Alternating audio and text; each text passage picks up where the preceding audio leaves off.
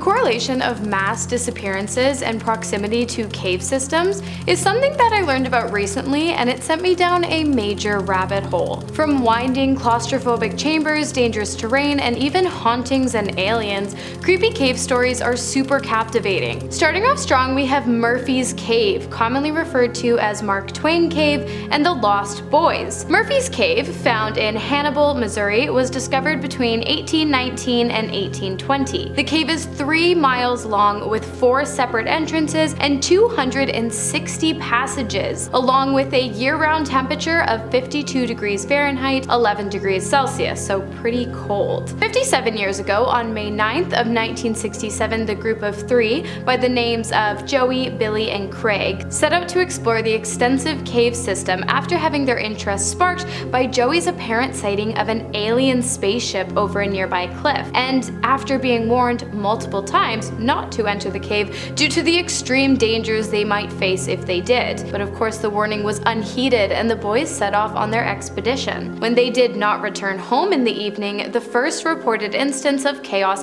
began to ensue, as we really have no way of knowing what other kind of chaos the boys experienced during their time underground. A search party was sent to explore the area, and unfortunately the trio was never found, but many eyewitnesses reported to have seen a mysterious figure over the very same cliff in which Joey claims to have seen the UFO. While the case was never closed, 3 theories for the boys' disappearance do exist. 1, that they were lost to the caves. 2, that they had run away, however this theory is the least accepted given the positive state of the boys' home lives. And 3, that they were abducted. Unfortunately, we really have no way of knowing, but I would recommend staying clear of this location and all of its dark twists and turns. Next we have Mammoth Cave, which has been a hotbed for disappearances over the years, boasting an alarming 10 known cases of persons who went missing, one of which was Orla Allen K. Barrick. The woman was last seen around 2 p.m. on April 12th of 1996 and went missing that same night and was never seen again. When police forced their way into her home, they found blood on the carpet and a burnt cigarette on the shelf. Barrick's hair was also later found in the Green River surrounding the cave, but no body was ever located. Next was Michael Leyland Vincent, who disappeared in March of 2011, an ex-convict who lived near the cave. In 2004, a 54-year-old man by the name of Roland Baldwin met a similar fate after going for an ATV ride near the caves, after which he never returned. When a search group went out to the area in an attempt to locate the man, all they found was the ATV abandoned, along with Baldwin's glasses, shoes, and an unfinished bottle of whiskey. Tony Ray Cheot, Josephine Petit, Walter Greg Flower, Lost John, and 3 Jane Does were also reported to have gone missing in and around the cave, and how many others might have met the same fate, we really have no way of knowing. Next we have Kenny Veach, who was a hiker, YouTuber, and Area 51 enthusiast up until his final known days in 2014. The 47-year-old, who was an experienced hiker, claimed to have found a cave near the assumed alien bunker Area 51. The cave, whose opening was shaped as a capital letter M, thus nicknamed simply the M Cave, would go on to garner extreme popularity and be the source of much speculation as well as a string of conspiracy theories. Veach first mentioned the cave in a comment under a YouTube video in 2014. He said that he had been hiking out by Neal's Air Force Base next to Area 51 and found the hidden cave. And he also added that while he usually enters into every cave that he finds, he decided not to this time, as when he stepped towards the entrance, he said his whole body began to vibrate, and the closer he got, the more severe the vibrations came. Despite his first encounter with the mysterious cave, and after some encouragement from his followers, Veach did eventually decide to revisit it, but he and many others were left disappointed as he was unable to locate the Big M on his second expedition. On November 10th of 2014, Veach decided to try his luck again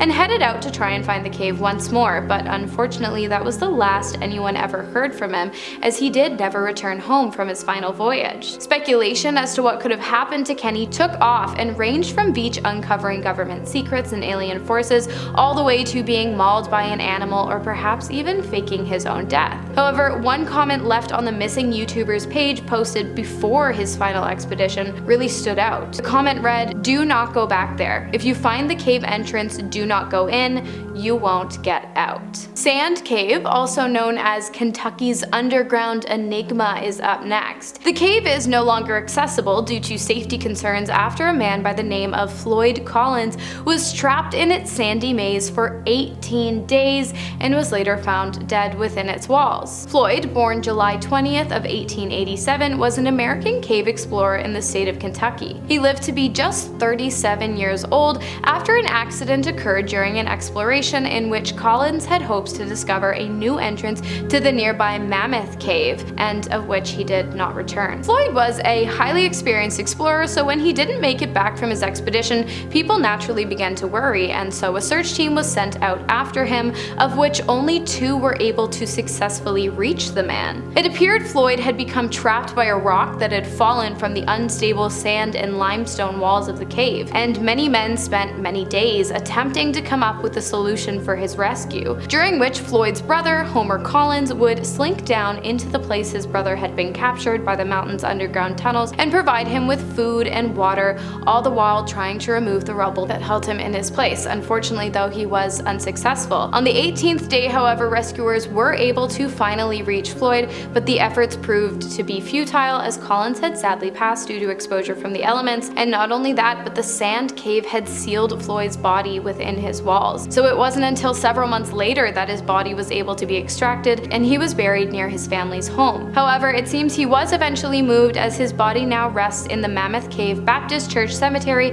as a tribute to his work in cave exploration. Cathedral Caverns, yet another culprit for a life-threatening disappearance on March 22nd of 2000, when a young man by the name of Justin Lovett disappeared inside the popular tourist attraction located in Langdale, England. The entrance to the cave is an impressive 126 feet wide and 25 feet high and makes way to a 0.75-mile-long walking path. Inside the cave, you will find a frozen waterfall, and as you venture further, a giant forest of massive stalagmites protruding from the floors of the cavern. So while it is really no surprise that Lovett wanted to explore the cave, what was surprising was the fact that he didn't return home that night. Fearing the worst, his mother put together a search party to canvass the pitch-black cave for any traces of her son Justin, who anything in the darkness. Thankfully, after just 8 hours of having disappeared into the cave's vastness, Lovett was returned to his mother by a group of rescuers. He said the experience was a warning not to attempt something like this ever again without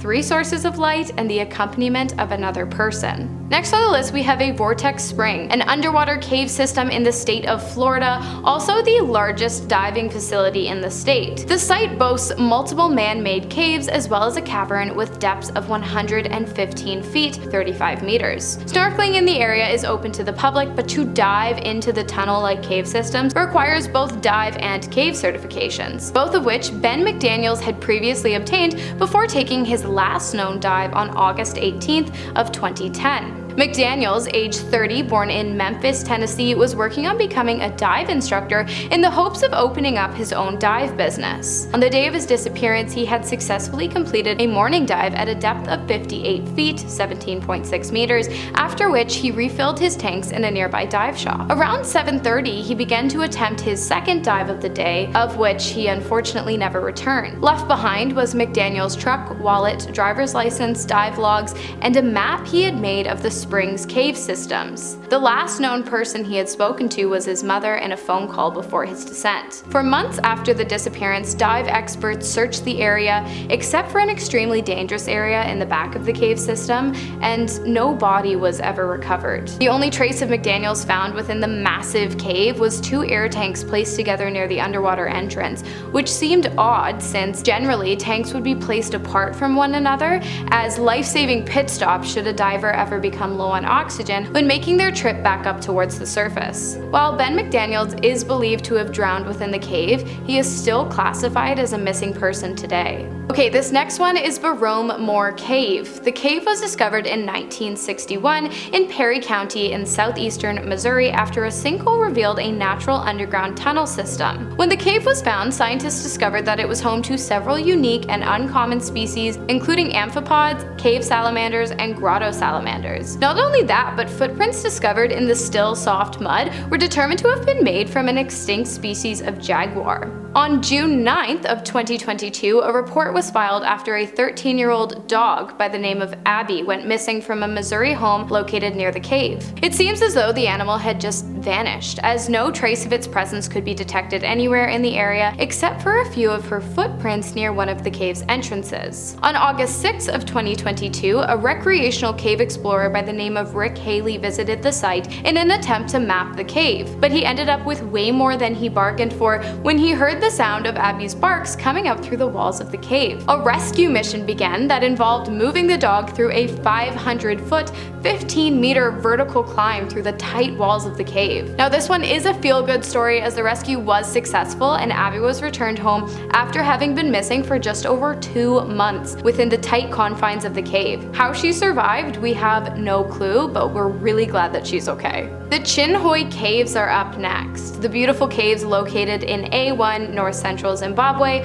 which are made up of limestone and dolomite and contain a beautiful pool that goes 200 meters, 656 feet deep, were used as a hiding place during wartime in Africa. Not only that, but the caves are famously guarded by many spirits who are said to punish those who enter and do not comply with their specific set of rules for respecting both them and the cave. Some of these rules include explorers of the cave having to ask permission for entry, not being able to show panic or fear, nor being able to laugh while inside its cold walls, as well as not partaking in any mischief. The punishment for these offenses? One would disappear within the cave, never to be seen again.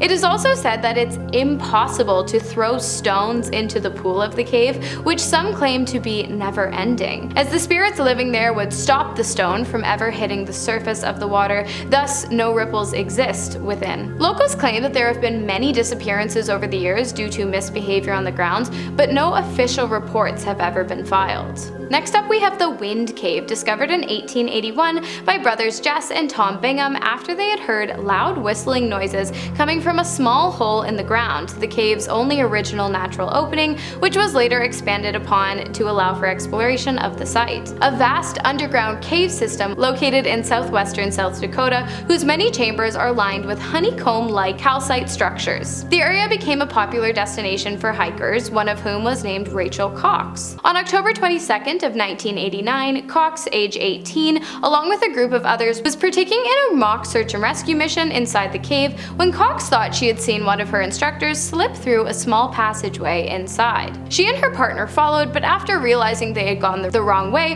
her partner slipped back through the hole from which he came. Cox waited, then decided to do the same, but suddenly her lamp went out. She stood in darkness, waiting for her partner to return, but after a few minutes, she decided she could just as easily feel her way back to the crevice and crawl out herself. Only she crawled through the wrong space and wound up even more lost than she had been just moments before. Over the course of her 36-hour disappearance, she became cold and desperate, cursing herself for being stupid enough to crawl into a crevice when her lamp was so low on fuel, and Cox even admitted that at one point she believed the cave had begun speaking to her. When she was finally rescued, she saw a bright light as a man with a big beard reached out his hand and asked, "Rachel, are you ready to leave now?" Rachel, exhausted, replied, "Are you God?" and then waited another 2 hours as the team of rescuers pulled her shaking, dehydrated, and weak from the cave back into the outside world.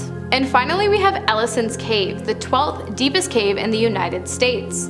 Along with many small crevices, the cave is home to an incredible 586-foot, 178.6 meter drop, nicknamed the Fantastic Pit. However, not so fantastic for some, as there have been multiple known cases of people who have rappelled down into its depths only to have it be the last thing they ever did. This unfortunately was the tragic case for two University of Florida students by the name of Michael Peary and Grant Lockenbat. On February 12th of 2011, the pair had set out with a group of friends to explore the landmark, but apparently broke off from the pack at some point during the expedition. Dressed in shorts and a t-shirt, Grant was the first to attempt a 120-foot descent through an area in the cave containing a waterfall. But it seems somewhere along the way, his backpack became caught up in the rope he had been using to rappel down the cavern, and he became stuck. Michael, who was the more experienced climber of the two, two and unaware of the fatal outcome, decided to go down after Grant in order to provide some assistance. It is said that the group was able to locate the two and even spoke to them for about 45 minutes until the voices of the two young men began to die out and eventually disappeared. The deceased were recovered and removed from the cave later that night,